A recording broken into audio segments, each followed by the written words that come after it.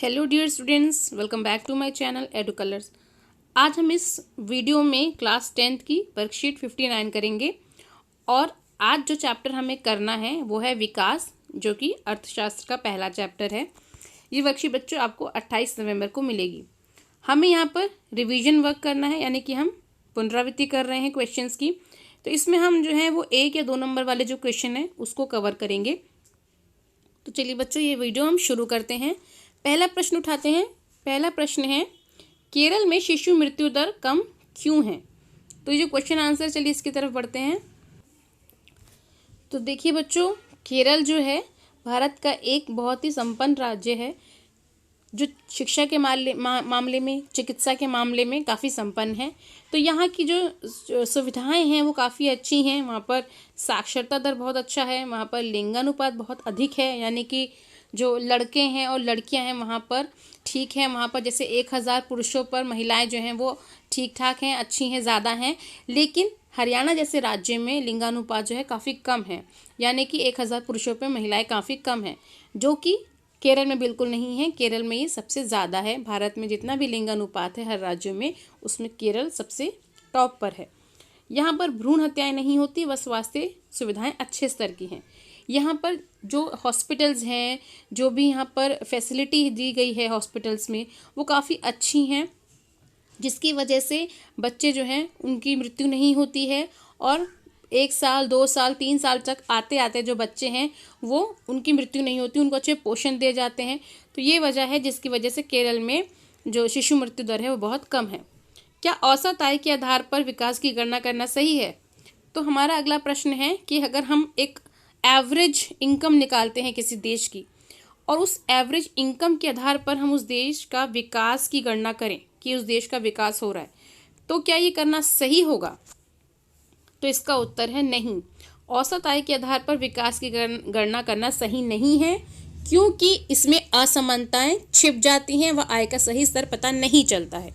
जैसे कि मान लीजिए यहाँ पर 3 लोग हैं जिनकी सैलरी है 1,000 रुपये मान लीजिए, ठीक है। इसकी सैलरी 1000 है, इसकी सैलरी 1000 और इसकी सैलरी 1000। और दूसरा व्यक्ति है, उसकी सैलरी है मान लीजिए 20,000।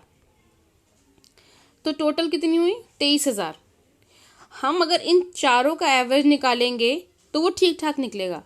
लेकिन अगर हम ये देखें कि इसकी तो सैलरी बहुत ज़्यादा है और इन तीनों की काफ़ी कम है, तो यहाँ पर हमें असमानताएं दिख रही हैं। लेकिन जब हम इनका एवरेज निकालेंगे तो वो असमानताएं जो है वो छुप जाएंगी और हमें लगेगा कि देश विकास कर रहा है, जबकि इन तीनों के लिए देश विकास नहीं कर रहा है, सिर्फ इसी के लिए देश विकास कर रहा है क्योंकि इसकी सैलरी अच्छी है। तो इस तरीके से औसत आय के द्वारा हम किसी भी देश के विकास की गणना नहीं कर सकते। अगला प्रश्न है, बताइए कि कोयला जो है वो गैर नवीकरणीय संसाधन का एक उदाहरण है। तो इसका होगा उत्तर सही। हाँ, कोयला जो है वो गैर नवीकरणीय संसाधन का उदाहरण है। तो सही गलत पूछा है, तो इसका उत्तर हो गया सही। अगला प्रश्न है, उसके 4 ऑप्शन दिए हुए हैं। भूमिहीन ग्रामीण मजदूरों के लिए निम्नलिखित में से कौन सा एक विकास का लक्ष्य होना की संभावना है? अगर मान लीजिए एक मजदूर है जिसके पास खुद की ज़मीन भी नहीं है, तो क्या उस व्यक्ति का लक्ष्य क्या होगा? आप खुद सोचिए, उसका विकास का लक्ष्य क्या होगा? क्या वही चाहता है कि उस पढ़ाई का दर अच्छा हो, या जो वो कमा रहा है, जो अनाज उगा रहा है, उसके बदले में उसको अच्छा पैसा मिले, या विदेश में बच्चों को बसाना उसका लक्ष्य हो सकता है, या ये सोचे वो कि जो भी मजदूरी वो कर रहा है किसी और के भूमि पे काम कर रहा है, उसमें उसको मजदूरी में बढ़ोतरी मिले। तो उसका विकास का लक्ष्य होगा डी, यानी कि मजदूरी में बढ़ोतरी, क्योंकि वो चाहेगा कि इसकी थोड़ी इनकम बढ़ जाए। वो इतना नहीं सोचेगा कि मैं अपने बच्चे को विदेश में पढ़ाऊं, क्योंकि वो अभी उस तरह से काम नहीं कर रहा है, क्योंकि वो एक भूमिहीन ग्रामीण मजदूर है। तो उसका लक्ष्य क्या होगा? मजदूरी में बढ़ोतरी होना। अगला खालिस्तान है, भारत के डैश राज्य में साक्षरता दर सबसे कम है। किस राज्य में? बिहार में। बिहार में साक्षरता दर सबसे कम है, 63.8% जो है ओनली बिहार में साक्षरता दर है, यानी कि 100 में से 63 लोग ही बिहार में पढ़े लिखे हैं। उसके बाद रेखांकित वाक्यांश को सही करने के बाद वाक्य फिर से लिखिए। एक देश जहाँ उच्च जीवन स्तर है तथा स्वास्थ्य और शिक्षा की बेहतर सुविधाएं हैं, वह देश विकासशील देश के रूप में जाना जाता है। ये यहाँ गलत है बच्चों। क्यों? क्योंकि जिस देश में उच्च विकास का स्तर है, जीवन का स्तर ऊंचा है, वहाँ पर स्वास्थ्य सेवाएं भी अच्छी हैं, शिक्षा की सेवाएं भी बेहतर हैं, तो वहाँ पर वो जो देश है वो विकासशील नहीं होगा, वो देश होगा विकसित। तो यहाँ पर विकासशील की जगह आएगा विकसित, यानी वो डेवलप कर चुका है।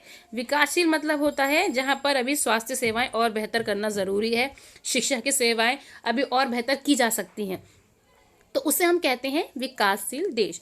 लेकिन जब विकसित की बात कर रहे हैं, क्योंकि यहाँ पर उच्च स्तर अच्छा है, जीवन स्तर अच्छा है, तो यहाँ पर वो विकसित हो जाएगा। विकासशील देश जो है वहाँ पर उच्च जीवन स्तर नहीं मिलता, क्योंकि विकासशील देश में हम गरीबी भी देखते हैं और अमीरी भी देखते हैं। तो विकासशील देश यहाँ गलत हो जाएगा, यहाँ पर आंसर होगा विकसित देश। आगे बढ़ते हैं।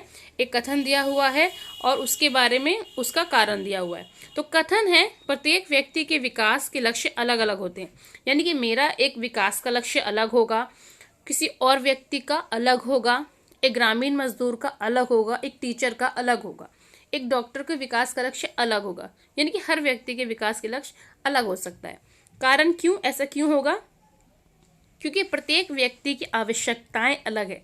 मान लीजिए कोई डॉक्टर है तो वो चाहेगा कि उसका बच्चा जो है वो विदेश में पढ़ने जाए, और वो उसको शायद अफोर्ड भी कर सकता है। लेकिन अगर कोई एक व्यक्ति जो गांव में रह रहा है, जिसकी अपने पास खुद की ज़मीन भी नहीं है, वो ये चाहेगा कि उसका अपना एक घर भी हो जाए, बहुत बड़ी बात है उसके लिए। तो हर व्यक्ति की आवश्यकताएं अलग अलग हैं, इसीलिए उनके विकास के लक्ष्य भी अलग अलग होंगे। तो इसका जो उत्तर है वो है ए। कथन और कारण दोनों सही हैं और कारण कथन की सही व्याख्या करता है। अब अगला क्वेश्चन है, सकल घरेलू उत्पाद क्या है? तो इसका उत्तर है सकल घरेलू उत्पाद यानी कि जीडीपी, ग्रॉस डोमेस्टिक प्रोडक्ट इसको इंग्लिश में कहते हैं। किसी देश की सीमा में एक निर्धारित समय के भीतर तैयार सभी अंतिम वस्तुओं और सेवाओं के कुल बाजार मूल्य को सकल घरेलू उत्पाद कहते हैं, और इससे किसी भी देश की अर्थव्यवस्था पता चलती है। यानी कि किसी भी देश में एक होता है प्राइमरी सेक्टर, यानी कि प्राथमिक क्षेत्रक, द्वितीय क्षेत्रक और तृतीय क्षेत्रक। इन तीनों क्षेत्रकों का मिला के, ठीक है, यानी कि कच्चा माल जहाँ पर है, उस कच्चे माल से जो चीज़ें बनाई जा रही हैं और बनने के बाद वो चीज़ें बाजार में बिक रही हैं, तो ये 3 क्षेत्रक हैं। इन सारे क्षेत्रकों का मिला के सभी वस्तुओं का, अंतिम वस्तुओं का और सेवाओं का कुल मिला के बाजार में जो मूल्य को सकल घरेलू उत्पाद हम कहते हैं। ठीक है, इसका अलग से पूरा अच्छे से चैप्टर है बच्चों, जिसको हम सकल घरेलू उत्पाद, जिससे बच्चे और अच्छे से समझ सकते हैं। तो ये इसकी क्या है सकल घरेलू उत्पाद, वो हमने बता दिया है। चलिए अब आगे बढ़ते हैं। 9वां क्वेश्चन है, सार्वजनिक वितरण प्रणाली के तहत राशन की दुकानें लोगों की मदद कैसे करती हैं? यानी कि सार्वजनिक वितरण प्रणाली, पब्लिक डिस्ट्रीब्यूशन सर्विस, ठीक है ना, सिस्टम। तो ये जो चीज़ें हैं कि जो आपने सुना होगा, राशन की दुकानें में जो गेहूं और अनाज ये सब मिलता है, चीनी मिलती है, मिट्टी का तेल मिलता है लोगों को। तो ये जो चीज़ें हैं, अगर ये ना हों तो जो निम्न तबके के लोग हैं, जो बहुत ज़्यादा अफोर्ड नहीं कर सकते, महंगाई जिनके लिए है बहुत ज़्यादा है, तो वो क्या होगा, उनके लिए भुखमरी आ जाएगी अगर ये चीज़ें नहीं होंगी थी। अगर राशनिंग नहीं होगी अनाज की, अगर लोगों को कम दाम पे गेहूँ चावल नहीं मिलेगा, तो भुखमरी हो जाएगी। क्योंकि बहुत से भारत में अभी भी ऐसे लोग हैं जो बहुत ज़्यादा पैसे खर्च करके अनाज नहीं खरीद सकते, तो उनके लिए राशनिंग की जाती है सरकार की तरफ से। सार्वजनिक वितरण प्रणाली लोगों को सस्ते दामों पर अनाज देती है। इसका उद्देश्य देश में भुखमरी मिटाना व सस्ते दामों पर लोगों को अनाज उपलब्ध कराना है। बहुत सरल भाषा में आपको ये समझा दिया है। आई होप आपको इसका आंसर समझ में आ गया होगा। अब अगला प्रश्न है, मानव विकास रिपोर्ट किस संस्था द्वारा प्रकाशित की जाती है? तो ये यूएनडीपी यानी कि संयुक्त राष्ट्र विकास कार्यक्रम के द्वारा किसी भी देश की मानव विकास रिपोर्ट जो है वो तैयार की जाती है। तो बच्चों यहाँ पर ये हमारी वीडियो जो है कंप्लीट होती है। 10 क्वेश्चन तक हमने कर लिए हैं।